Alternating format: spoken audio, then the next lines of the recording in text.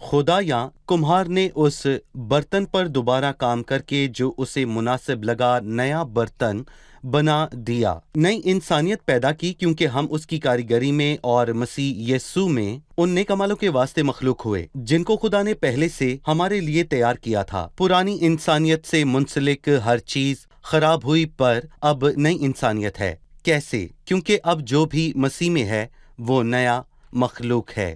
اس کی روشنی میں کچھ لوگ یہ تعلیم دیتے ہیں کہ مسیح انسان کی حالت کو بحال کرنے کو آیا کیونکہ انسان گناہ میں گرا ہوا ہے، یعنی خدا نے برتن بنایا، آدم کو باغ عدن میں رکھا، پر وہ برتن بگڑ گیا اور خدا نے اس پر کام کیا اور اس کو بحال کر کے واپس اس کی پہلی حالت میں کر دیا۔ بے شک یہ اچھا ہے کہ خدا نے انسان کو اس کی پہلی حالت میں بحال کر دیا۔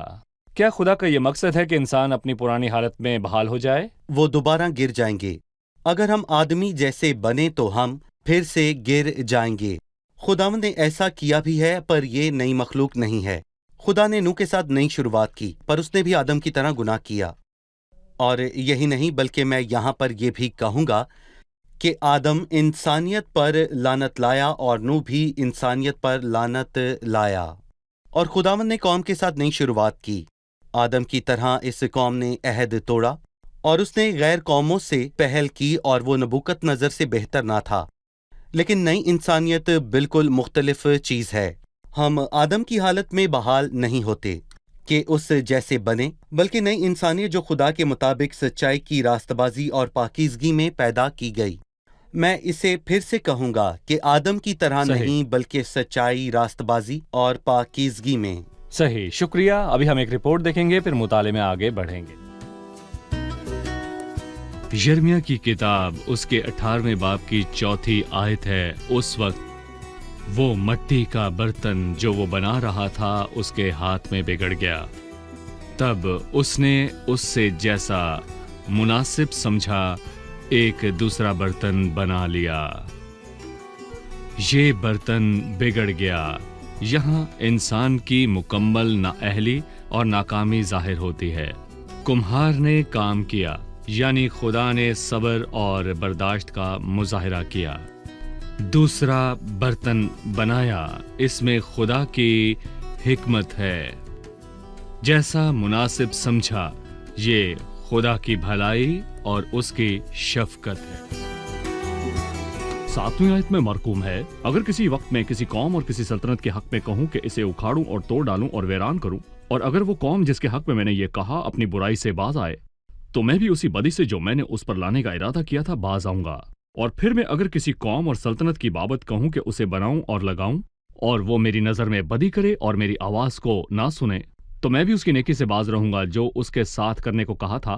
یہاں پر بدی اور نیکی سے باز آنے سے کیا مراد ہے؟ جی بھائی یوسف، یہاں 2 صورتحال ہیں، اس بدی سے باز آنا جو اس قوم پر لانے کا ارادہ کیا، اور اس نیکی سے باز آنا جو اس قوم سے کرنے کا ارادہ کیا۔ وہ یہ سب کب کرتا ہے؟ میں وضاحت کے لیے 2 مثالیں دوں گا۔ جی۔ اگر کسی وقت میں کسی قوم اور سلطنت کے حق میں کہوں کہ اسے اکھاڑ دوں اور توڑ ڈالوں اور ویران کروں، یہ بڑے شہر نینوا کے واقعے میں جی۔ بہت واضح ہے۔ جا اور اس کے خلاف منادی کر، کیونکہ اس کی شریعت میرے حضور پہنچی ہے۔ یونا نے منادی کی اور کہا، 40 روز کے بعد نینوا تباہ کیا جائے گا۔ انہوں نے توبہ کی اور اس کے نتیجے میں خداوند اس بدی سے باز آیا جو ان پر لانے کا ارادہ کیا تھا، کیونکہ وہ پچھتائے اور توبہ کی۔ پر 9ویں اور 10ویں آیت میں الٹ ہے، کیونکہ ان آیات میں واضح لکھا ہے کہ اگر یہودا کی سلطنت بھلائی کرے تو کیا خداوند ان کے ساتھ نیکی کرے گا؟ جب انہوں نے ایسا نہ کیا تو پھر واضح طور پر لکھا ہے کہ وہ میری نظر میں بدی کرے، تو اس کے نتیجے میں خداوند نے ان سے ان کے قوم ہونے کا بھی شرف واپس لے لیا اور ان کی عدالت کی، کیونکہ خدا کسی کا طرفدار نہیں۔ بھائی یوسف، میں باز آنے کے لفظ کو جاننا چاہوں گا، کیونکہ یہ خدا کے ساتھ منسوب کر کے غلط طریقے سے استعمال ہوا۔ لفظ باز آیا، یہی لفظ ایک ایسے شخص کے لیے استعمال ہوتا ہے جو کوئی کام کرنے کے بعد اس پچھتاوے کا اظہار کرتا ہے۔ کیا خدا کے لیے ایسا ہی ہے؟ لکھا ہے کہ خدا انسان نہیں کہ جھوٹ بولے، اور نہ وہ آدم زاد ہے جو اپنا ارادہ بدلے۔ خدا انسان کی طرح اپنے کیے پر پچھتاتا نہیں ہے۔ انسان اپنے علم اور صحیح۔ تجربے کی کمی سے ایسا کرتا ہے۔ کسی قوم کے حق میں کہوں کہ اسے اکھاڑ دوں، اگر وہ توبہ کریں تو خدا اپنے ارادے سے باز آتا ہے، اور وہ پہلے ہی اس سے بہت اچھی طرح واقف تھے، اور خدا نے اس قوم کے لیے نیکی کا ارادہ کیا، پر اس قوم نے خدا کی نیکی کا جواب نہیں دیا، اسی لیے خدا اس سے باز آیا اور وہ اس سب سے پہلے ہی سے واقف تھا۔ میں یہاں پر انسان کے پچھتاوے کے لیے کہتا ہوں، انسان کی مرضی نہیں، اس لیے وہ ایک کام کر کے اس پر افسوس کرتا ہے، اپنی غلطی دیکھتا دکھاتا ہے، لیکن خدا ہرگز اس کا فیصلہ کرتا ہے کہ توبہ کر کے نتیجے میں لوگوں کو تباہ نہ کرے۔ صحیح۔ یہ اس کا اختیار ہے۔ یہاں پر باز آنے سے مراد ہے کہ اپنے ارادے کو نہ کرنا۔ انسان کے معاملے میں ایسا پر نہیں انسان ہے۔ کے معاملے میں ایسا نہیں صحیح۔ ہے۔ 18ویں آیت سے باب کے آخر تک لکھا ہے کہ لوگوں نے یرمیا کے خلاف منصوبہ بندی کی۔ بھائی یوسف، آپ ہمیں اس کے متعلق بیان کیجئے۔ 18ویں آیت میں لکھا ہے، تب انہوں نے کہا کہ آؤ ہم یرمیا کے خلاف منصوبے باندھیں، کیونکہ شریعت کاہن سے جاتی نہ رہے گی، اور نہ مشورہ مشیر سے، اور نہ کلام نبی سے۔ یعنی کہ دراصل وہ اپنے نظام پر بہت زیادہ فخر کرتے ہیں۔ اس نظام میں نبی، کاہن اور مشیر تھے، اور انہوں نے کہا کہ ہمیں یرمیا کی ضرورت نہیں، کیونکہ یہ ہمیں خدا کی عدالت کی تنبیہ کرتا ہے۔ آؤ ہم اسے زبان سے ماریں اور اس کی کسی بات پر توجہ نہ کریں۔ ان کا خیال تھا کہ جو کچھ یرمیا کہتا ہے دراصل وہ اس کے اپنے الفاظ ہیں۔ یہ اس کی بے وقوفی ہے، اور تسلنیکیوں کے نام اپنے دوسرے خط میں پولس رسول نے لوگوں کی تعریف کی اور کہا، جب خداوند کا پیغام ہماری معرفت تمہارے پاس پہنچا تو تو نے اسے آدمیوں کا کلام سمجھ کر بلکہ خدا کا کلام جان کر قبول کیا۔ جب ہم خداوند کا کلام سنیں تو اسے یرمیا یا پھر یسایہ یا پولس کا کلام نہ سمجھیں، پر افسوس کہ آج مسیحت میں لوگ کہتے ہیں کہ یہ پولس کے الفاظ ہیں یا کسی اور کے الفاظ ہیں، مگر دانا وہ ہے جو اس کو یسایہ، یرمیا یا داؤد یا موسیٰ کا کلام نہیں بلکہ خدا کا زندہ کلام جانتا ہے۔ ان کا نظام باطل اور خراب ہے، اور ان کے پاس کاہن اور جھوٹے نبی تھے، اور انہیں یرمیا نبی کی ضرورت نہیں تھی۔ بھائی یوسف، کیا مسیح اور یرمیا میں کوئی فرق یا مماثلت موجود ہے؟ جیسا کہ جب انہوں نے کلام کیا تو وہ رد ہوا۔ دراصل اس میں بہت فرق ہے، اور ہم نے دیکھا کہ یرمیا نے معاف نہ کیا بلکہ لوگوں کے لیے بدلہ مانگا۔ یہاں بھی ہم یہی دیکھتے ہیں۔ مثال کے طور پر میں یہاں پر ایک آیت پڑھوں گا۔ 23ویں آیت میں اس نے کہا، ان کی بدکاری کو معاف نہ کر اور ان کے گناہ کو اپنی نظر سے دور کر۔ اور جب انہوں نے مسیح کو مصلوب کیا تو اس نے کہا کہ اے باپ ان کو معاف کر، کیونکہ یہ نہیں جانتے کہ کیا کرتے ہیں۔ اور یہی نہیں بلکہ میں کہوں گا کہ کسی بھی انسان اور خداوند یسوع مسیح میں بہت زیادہ فرق موجود ہے۔ صحیح۔ اب میں 19ویں باب کی طرف بڑھوں گا، اور آپ نے ہمیں پہلے بتایا کہ اس میں کمہار کی سراحی کا ذکر ہوا۔ 18ویں باب میں کمہار کے گھر کا ذکر ہوا۔ لکھا ہے، خداوند یوں فرماتا ہے کہ تو جا کر کمہار سے مٹی کی سراحی مول لے، اور قوم کے بزرگوں اور کاہنوں کے سرداروں کو ساتھ لے، اور بن ہنوم کی وادی میں کمہاروں کے پھاٹک کے مدخل پر نکل جا، اور جو باتیں میں تجھ سے کہوں وہاں ان کا اعلان کر، اور کہہ، اے یہودا کے بادشاہوں اور یروشلم کے باشندوں، خدا ان کا کلام سنو۔ رب الافواج اسرائیل کا خدا یوں فرماتا ہے کہ دیکھو، میں اس جگہ پر ایسی بلا نازل کروں گا کہ جو کوئی اس کی بابت سنے اس کے کان بھنا جائیں گے۔ بھائی یوسف، مٹی کی سراحی کس چیز کو ظاہر کرتی ہے؟ دیکھیں، جب مٹی کمہار کے ہاتھ میں بگڑ گئی تو اس نے دوبارہ سے اس بگڑی ہوئی مٹی سے ایک اور برتن بنایا جیسا اس نے مناسب جانا۔ اس نے مٹی کو پھر سے گوندا، کیونکہ تھوڑی دیر بعد مٹی کا لوندا سخت ہو گیا۔ سخت لوندا اس کے کسی کام کا نہیں۔ میں کہوں گا کہ وہ اس سخت لوندے کا کیا کرتا؟ وہ اسے توڑ کر کمہار کے کھیت میں رکھ دیتا۔ بنی ہنوم میں بھی ایسا ہوا۔ یرمیا بزرگوں کو لے گیا اور اپنے ساتھ سراحی لے جا کر وہاں پر اس سراحی کو توڑا اور کہا، یہ قوم اپنے گناہوں میں سخت ہوئی اور توبہ کر کے خدا کے پاس لوٹنا نہیں چاہتی تھی، اسی لیے وہ کسی کام کے نہیں، اور اسی لیے اس کو بنی ہنوم میں پھینک دیا اور جب یہودا اسکریوتی نے مسیح کو ناحق پکڑوایا تو میں کہوں گا کہ متی کے 27ویں باب میں اس کے بارے میں واضح طور پر حوالہ دیا گیا ہے۔ جب بنی اسرائیل نے خدا کو رد کیا تو گناہ کے سبب سے ان کا دل سخت ہوا اور انہوں نے اس رپوں سے کمہار کا کھیت پردیسیوں کے دفنانے کے لیے خریدا اور اسرائیل کے لوگ پردیسی بنے، اور میں کہوں گا کہ ان کے لیے موت تھی اور وہ ٹوٹی ہوئی سراہی کی مانند تھے جس کی کوئی اہمیت نہیں ہوتی۔ کوئی اہمیت نہیں۔ آئیے مہمانوں سے ان کا سوال جانیں۔ کیا یہ تمثیل ہمارے لیے بھی ہے؟ کیا کسی وقت ہم بھی ایسی سراہی بن جاتے ہیں جس کو خداوند توڑ دیتا ہے؟ کیا یہ ایمانداروں کے لیے ہے؟ ایماندار، کیا یہ ممکن ہے کہ ایماندار ایسے توڑے جائیں کہ پھر کسی کام کے نہ رہیں؟ کیا کہیں گے؟ دراصل یہ صرف اس کے لیے ہے جو صرف زبان سے اقرار کرتا ہے، اور پولس نے عبرانیوں کے 10ویں باب میں کہا کہ میرا راست باز بندہ ایمان سے جیتا رہے گا، اور اگر وہ ہٹے گا تو میرا دل اس سے خوش نہ ہوگا، لیکن ہم ہٹنے والے نہیں کہ ہلاک ہوں، بلکہ ہم ایمان والے ہیں کہ جان بچائیں، کیونکہ بیٹے اور حرام زادوں میں فرق ہے۔ بیٹے کی تربیت کی جاتی ہے، اگر تمہیں وہ تنبیہ نہ کی گئی تو تم حرام زادے ٹھہرے نہ کہ بیٹے۔ خداوند حقیقی ایماندار کو تنبیہ کرتا ہے، پر جو صرف زبان سے اقرار کرے خداوند اس کی برداشت کرتا ہے، لیکن آخر کار وہ توڑ دیا جاتا ہے۔ اس نے لدوکیا کی کلیسیا کے فرشتے کو لکھا کہ میں تجھے اپنے منہ سے نکال پھینکنے کو ہوں، لیکن حقیقی ایمانداروں کے پاس ضمانت ہے، میری بھیڑیں ابد تک کبھی ہلاک نہ ہوں گی۔ جو شخص زبان سے اقرار کرے پر دل سے مسیح کو قبول نہ کرے، وہ شخص آخر میں رد کر دیا جائے گا۔ لیکن حقیقی ایماندار ہم ہٹنے والے نہیں کہ ہلاک ہوں۔ ایسا کچھ بھی ممکن نہیں ہے کہ خدا کے فرزند کھو جائیں۔ میں کہوں گا کہ ایمانداروں کی تربیت کی جاتی ہے۔ شکریہ بھائی یوسف، ہم پروگرام کے اختتام پر ہیں۔ اب ہم جانیں گے کہ مہمانوں نے آج کیا سیکھا۔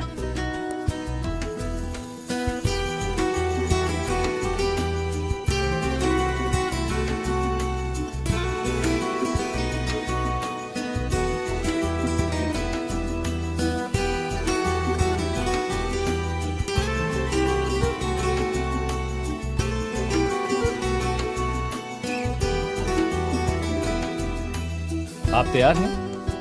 18ویں باب میں کمہار کے گھر کی بات ہوئی۔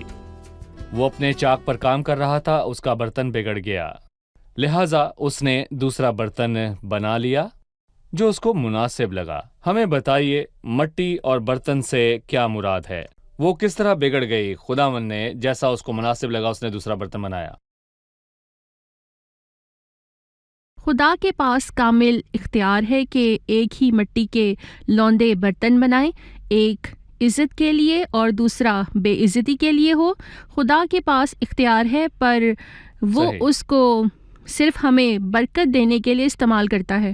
ٹھیک ہے، لیکن ہمیں بتائیے کہ یہاں پر برتن سے کیا مراد ہے؟ یہ عام طور پر انسان کے لیے لکھا ہے یا اسرائیل قوم کے لیے؟ جی، وہ بگڑ گئی۔ جی بالکل، خدا نے جیسا اس کو مناسب تھا اس سے ایک نیا جیسا برتن بنا مناسب لیا۔ تھا۔ جی بھائی یوسف، بالکل۔ ٹھیک ہے۔ 7ویں، 8ویں، 9ویں اور 10ویں آیت میں لکھا ہے، اگر کسی وقت میں کسی قوم اور کسی سلطنت کے حق میں کہوں کہ اسے اکھاڑو اور توڑ ڈالو اور ویران کرو، اور اگر وہ قوم جس کے حق میں میں نے یہ کہا کہ اپنی برائی سے باز آئے تو میں بھی اسے اس بدی سے جو میں نے اس پر لانے کا ارادہ کیا تھا باز آؤں گا۔ پھر اس نے قوم کے لیے کہا کہ اگر وہ برائی سے باز نہ آئی تو میں نیکی سے باز رہوں گا۔ اس سے کیا مراد ہے؟ بائبل میں اس کی مثال موجود ہے۔ نینوا کی کہانی میں خداوند نے اعلان کیا کہ اس شہر کو تباہ کر دے گا، اور یونا سے کہا کہ جا کر ان کو توبہ کرنے کا کہے۔ انہوں نے توبہ کی، سو خداوند اس بدی سے باز آیا جس کا ارادہ کیا تھا۔ صحیح۔ دوسری مثال، خداوند نے یہودا کے حق میں نیکی کا ارادہ کیا، پر انہوں نے توبہ نہ کی، اس لیے ان کی عدالت ہوئی۔ ان کی عدالت کی، خداوند نے جس نیکی کا ارادہ کیا تھا اس سے باز آیا۔ جی بھائی یوسف، صحیح۔ یقیناً یہاں لفظ باز آنے سے مراد یہ نہیں کہ کوئی ایک کام کرنے کے بعد پچھتایا، بلکہ خدا نے اپنی مرضی سے یہ کیا کہ لوگوں کے ساتھ مختلف طور سے پیش آئے۔ میرا آخری سوال ہے، 19ویں باب میں سے ٹوٹی ہوئی سراہی سے کیا مراد ہے؟ ایک سراہی کس وقت ٹوٹتی ہے؟ کیا پھینک دی جائے؟ جی، پہلی تمثیل سے ہم نے سیکھا کہ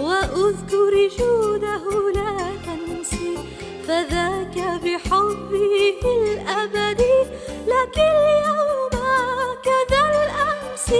انتظري الرب يا نفسي، يسوع قريب يميل إليك ويسمعك كذاك يجيب.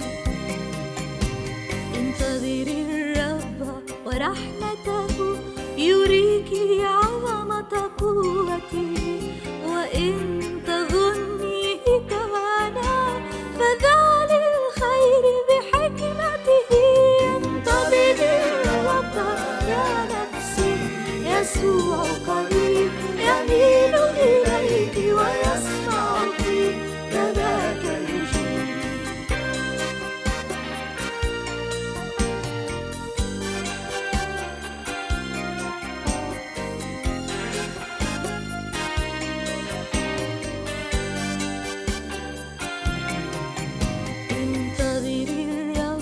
فلم يخجل من نظر إليه ولم يفشل، فالوجه أنار ورفعه وأعطى بطيب من يسأل.